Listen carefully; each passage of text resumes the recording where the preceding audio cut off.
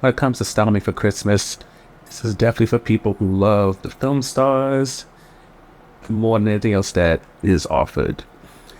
So to summarize the film, Tiffany is a second-generation boutique owner who is struggling with not only inheriting her mother's shop, but also her mother's debts, and also her inventory.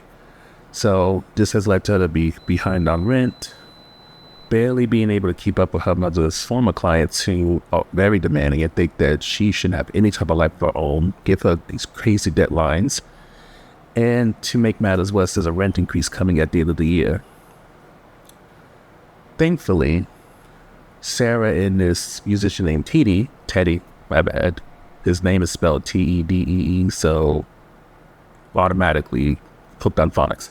But point of the matter is, Teddy is a R&B musician, 2 platinum albums. Sarah's his manager, who has become a maternal figure to him, but that's a whole different story.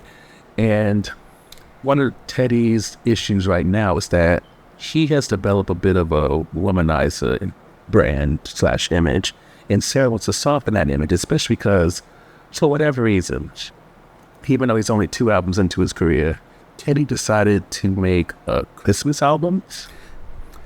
And now the idea is, at least from Sarah, to soften his image, make him more Christmas holiday, booking friendly. They need to get him a plain Jane, every woman type, and that's where Tiffany comes in. Now, originally Tiffany was just supposed to be Teddy's stylist, but Sarah kind of pushes things so that they're around each other more, and it should be noted, when it comes to Teddy's type, they don't look like Tiffany. They're not women who, I don't know how to do anything but dance around it, but Tiffany is a full-figured woman. And when it comes to what Teddy usually likes, he likes hourglass figures. He likes some slim fit types. So jumping from that to Tiffany is definitely a notable change, and he makes it very clear that that ain't his type. Tiffany's partner, who's played by Pretty V, that's his type. But as we often see when it comes to films like this, the more time that Teddy spends around Tiffany, the more his perspective shifts. But unfortunately, with Sarah telling not only Teddy her plan so that he will get on board, but also Teddy telling his ex, who's a bit of a fame chaser, whose name's Nicole, as you can imagine, situations arise, there's complications, and there comes the question of, if or when Tiffany finds out, how is she going to react to this whole scenario, even if things are getting better with Teddy to the point of potentially falling in love. Getting to the review section, the highlight for us was definitely Raven Goodwin, and that's just because I feel like she has long established herself as somebody that can be a leading lady, or just the lead, period. And every opportunity she gets is another chance to showcase that. Since being Mary Jane, we found her to be a very notable and very respectable type of actress.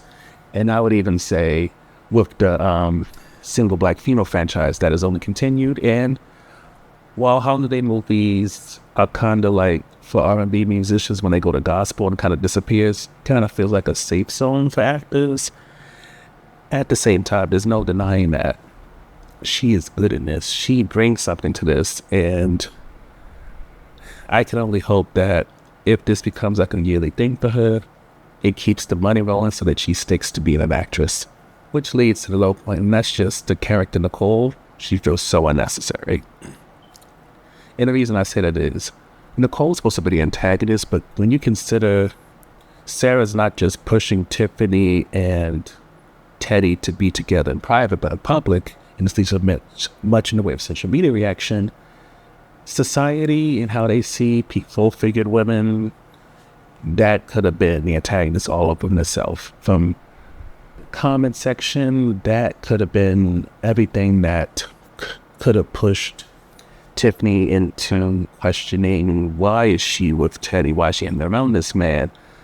When they started to get a little more closer, it could lead to her pushing, does he actually like her or not? Is this something that's just for publicity so that he doesn't seem like a womanizer?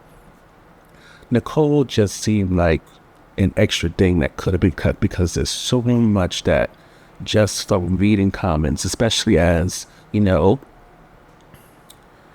Tiffany's boutique gets more popular because, she gets tagged in it and she's starting to get business. You could have also had that transfer over, so it's not just online comments, but people come to a store trying to check out this woman who has somehow got with this famous R&B star who's, like it's Mario. So he's built like most R&B stars are.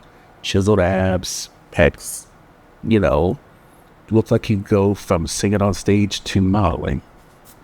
With that said, that leads to the on the fence topic, and that is that, yes, this film does address the whole idea of somebody's full figure with somebody who looks like Mario, but it's also a holiday movie. So it's not really trying to go deep into that topic and get away from, holiday movie giving you good feels, corny jokes, laughs, and stuff like that. So it just feels like it wasted a good topic, especially considering it's addressing what Black women go through. And as we talk about when it comes to Equalizer, there's certain topics when it comes to Black people, especially Black women, we don't really see. One of them is like in the case of Equalizer, we don't see young girls like Delilah get featured and shown coming of age without having a bunch of trauma, whether it's poverty, assault, stuff like that. And then when it comes to this situation with Tiffany, how often do we get to see a full-figured woman fall in love without there being this type of dramatics? And never mind just the idea of actually addressing how society sees full-figured women in a capacity like this. Like, this is a movie that came out on BET+, so it's not like it came out on its own, so you would kind of think it may go into that topic, but BET+, I feel like it's still slowly but surely shaping itself.